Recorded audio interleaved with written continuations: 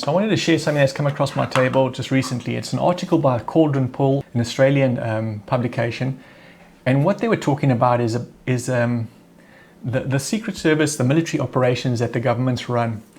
They have recently been running operations, war games in New Zealand and Australia. And on several instances, they have used the target, the enemy, as Christian evangelists. So look, this is a very eye-opening insight into what is really happening behind the scenes. Recently, Anthony Albanese, the Prime Minister of Australia, was asked, who's the real risk to Australians, because a Muslim had killed hundreds of people in Bondi Beach. And they were asking, who's the real threat in Australia at the moment? Suggesting, is it Muslims? We have so many coming into the country. And he said white nationalists are the real threat to this nation. Couple that with what the military, the secret services are doing and who they're targeting, Christian nationalists. We can see from that there is a real agenda playing out. And I wanted to just tie this into what is really happening in line with prophetic events and who the real threats are to Christianity at the moment. I wanted to give you just an insight. There was a man that he was a Soviet education commissioner. His name was Luchachersky. And he said something really important. He said, we hate Christianity and Christians. Even the best of them must be looked upon as our worst enemies. They preach the love of a neighbor and mercy, which is contrary to our principles. Christian love is the obstacle to the development of the revolution. This is a global revolution. Christian love is an obstacle to the development of the revolution. Down with the love of our neighbors. What we want is hatred. We must learn how to hate, and it is only then shall we conquer the world. So I want to just give you a backdrop. This is a communist. There's an interesting article that was written in the New American. And what they spoke about was about the plans of the Russians and the communists, the plans of the communists to overthrow the world. This was from a KGB defector, Anatoly Golitsyn. And this happened in the 80s, before the fall of the Berlin Wall.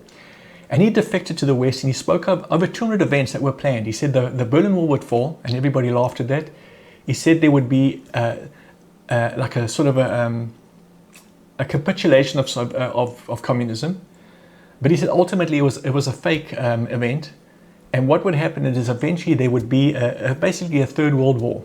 They would entice the West into a third world war. But first, before then, they would destroy the West from within. And we can see what's happening in the West now. We see the mass flood of people, the breakdown of society, sexual immorality, pornography, Antifa. We see so many things breaking down the structures of Western societies. Crime, violence, apathy from governments, protecting citizens.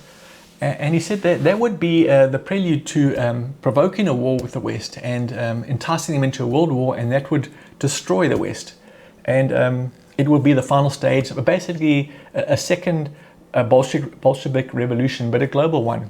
You see, what actually happened was the first one was stopped by Adolf Hitler during World War II. The plan was, obviously, the first step was to destroy the Christian nation of Russia, and thereafter was to destroy the Christian nation of Germany. But there was a stop put to that, and basically communism kind of went into a lull. But their idea was that it never disappeared. They were just regathering, they were reintegrating with the West. They would take all the technology that would get them back up in the arms race, back on an even par, and then they would initiate this third war, and they would overthrow the West. We can see, like in Australia right now, when I talk about our leader, Anthony Albanese, he is a communist. If you go look at his history, he was a very active and a very radical communist, much like Keir Starmer in the UK, also communist. And these people have gradually usurped authority in Western society. And so when I say that they have started to take action against Christians, this is just the first step on their war games. But recently, recently they had this shooting in Bondi, and the first step they did is they started to do protections from certain political groups, religious groups, and one of the only groups that was excluded was Christians. Now, Christians had nothing to do with the involvement of the shooting. They weren't the target, they weren't the perpetrators, but the two groups that were involved had thereafter afforded greater protection. Couple that with a lot of the laws that have been changing recently in Australia. Recently, they passed a law that Christians could not they could not do any ministering to people from the LGBT community. So, for example, if somebody was going through some real trial in the LGBT community and they felt that their lifestyle choice had an impact on the trials that they were going through and the heartaches that they were experiencing in life, if they went to a Christian for some counseling, now once that law was passed, you can imprison a Christian, can be imprisoned for that.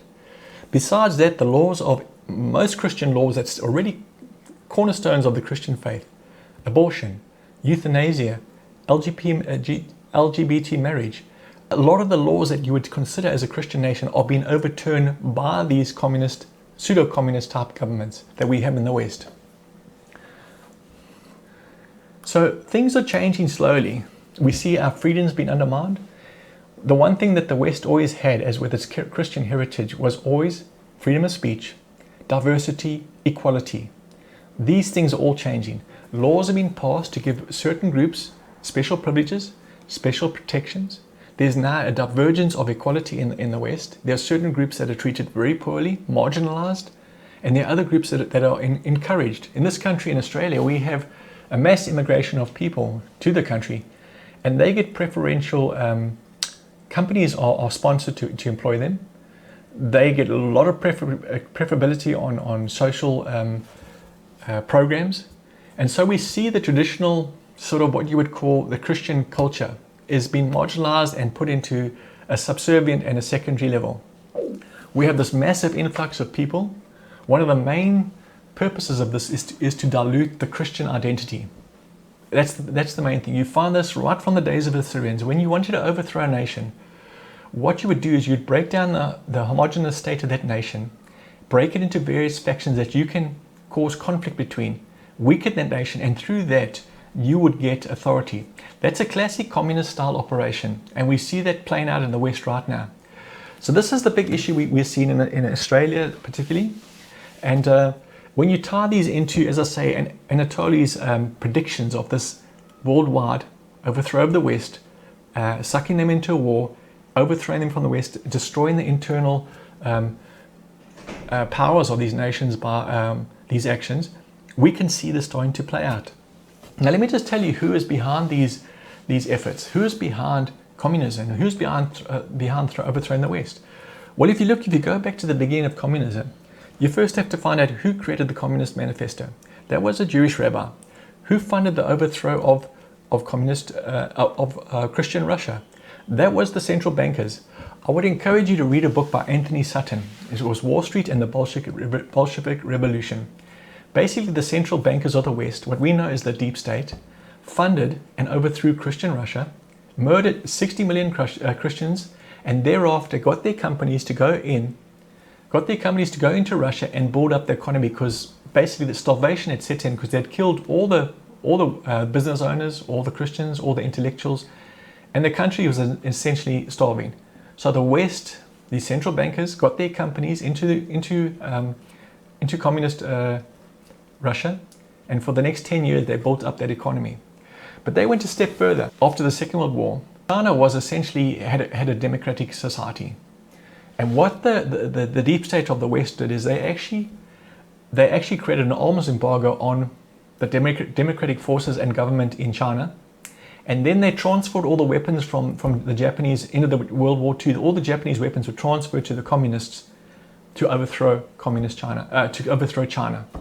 And so we see those influences as well, overthrowing the two biggest current forces that are now pushing communism worldwide. Those two forces were both overthrown by central bankers and various other elements that want a global world government. Let me just throw in another factor that's happening. These are just events that we see playing out currently in the West. Another big factor that I think it's important to take in mind is, besides Christian Zionism, the infiltration of Christianity, in the Jewish faith itself, one of the key belief systems is that Christianity in the West is Edom. And Edom must be destroyed before their Messiah comes. And so they are continually working as a political and a religious group to overthrow the West. Basically by breaking down the morality of a nation, destroying the identity of people, destroying everything of value, essentially, and just basically as communists would do, to come in and destroy everything as far as possible. We see that with a very strong Jewish element. And what is actually happening in that Jewish community now, these guys who are speaking about their faith, these guys that predict that they have to have the fall of Christian West so that their Messiah can come, there is a big strong element of them having an expectation, talking about the Messiah age coming. They are on the verge of it. And they are expecting that their messianic age, where they rule the world, and it may just start as a spiritual, or maybe both spiritual and natural, they are expecting this to start taking place right now.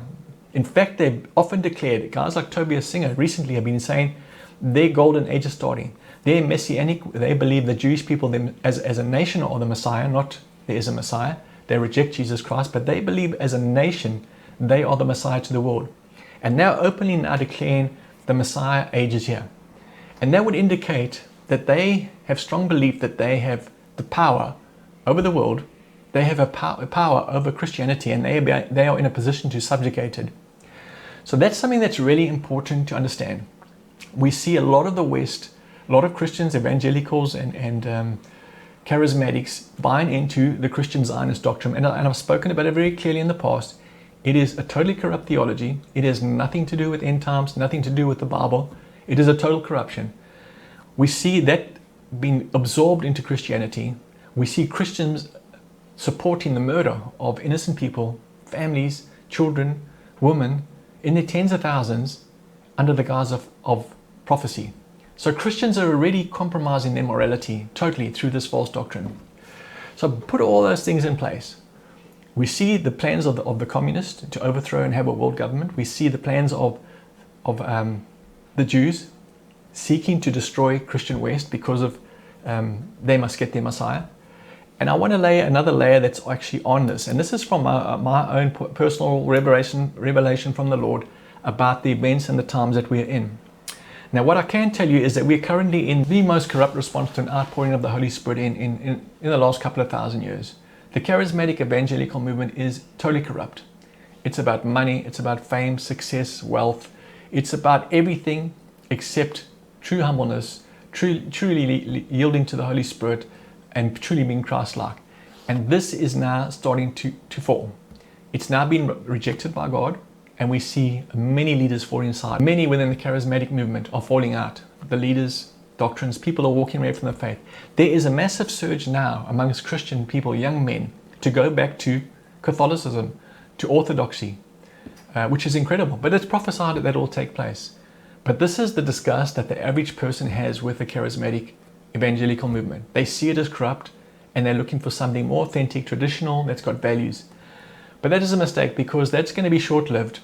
And what actually happens is that tying into what Tobias Singer and the Jewish guys say, that they see in this Messianic age, spiritually speaking, what's going to be happening is most denominations, most Christian denominations in this time are going to be falling away spiritually. And I mean permanently. There will be a permanent falling away of most denominations at this time. In fact, it's already started. I would imagine that most of the leaders of these denominations, traditional denominations, have already fallen. Certainly Catholicism has already succumbed. We will start to see that more clearly going ahead. But already a lot of the New World sort of banker, New World belief systems are creeping into Catholicism. And each pope seems to push that agenda further. And ultimately, that whole system, the whole Catholicism system, even the Orthodox system, will succumb to the New World Order. In my opinion, I believe the Orthodox system will be sucked into something in the natural, because they are very carnal. They live by the strength and by their own hand, not spiritual. They will be tempted and enticed into some conflict, potentially with Islam. One of their great goals is to give them the final victory, is to have Christianity and Islam fight out this massive war where billions of people are killed, and the chosen race rises up and lords over all the nations. I think that's the weakness of the Orthodox Church. They will be enticed into something like that. But Catholicism, already so much idol worship, so much corruption, so much false theology, they have already fallen in many ways. It's just a matter of time before that happens.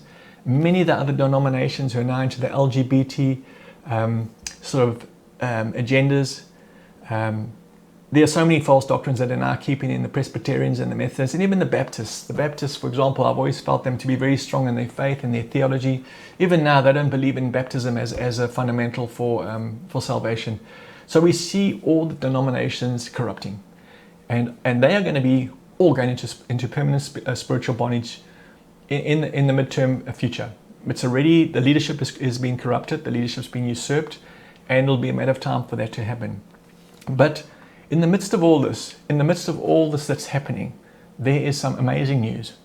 There is the most incredible thing that is happening is the next revival is going to be birthing. The next revival is going to be birthing. But sadly, much of the church doesn't even know how to birth this revival. Besides the fact that there's so much false doctrine, much of the church, current church, doesn't even know how to pray and birth in a revival. And so I wanted to give you, and this is mostly Australia-centric, but you could apply the same principles. I wanted to give you some fundamentals about how we can birth this revival. First of all, there has to be a recognition of sin. There has to be a recognition of false doctrine. That's a whole nother story. I don't even want to go there because most Christians cannot handle the corruptions that we currently have. But let us just deal with the strongmen of a nation. If we look at Australia, the way that this New World Order communist structure is actually exerting authority in Australia is through 2 or 3 different strongmen. The first one is Kabbalism or the Talmudic type of, mostly it's very it's satanic doctrine, and that is a very big strongman, a global strongman. The central bankers that essentially rule this world are very much into that Kabbalism and that Talmudic dark witchcraft, and that has got a very strong hold in this country. We can see it increasingly. They're starting to flex that muscle now in Australia.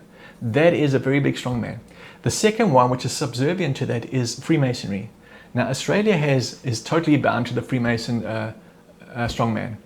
Just about every level of society, whether it's the judiciary, government, the main political parties, the police, the military, just about every civil part of society, and most of the communist world, people are bound in that Freemasonry cult, and that is a product of Zionism. And what they get people to do to be totally bound and blinded into it is they have to do a whole lot of curses. People don't even understand the curses they're doing. They don't understand the witchcraft that they're saying. They think it's just like a little casual ritual. But these are very profound and deep and dark curses that they evoke upon themselves, which bring in a spiritual blindage and a bondage. And ultimately the people go into, a lot of people get sucked into homosexuality, pedophilia. These are the dark side effects of yielding yourself to spiritual bondage without knowing the consequences. A lot of these guys' children, their children cannot actually have their own children. There's sterility that comes into women. There's a large degree of certain types of cancers, and you can find that there's guys who've got ministries about that showing the side effects of yielding to the devil to this level.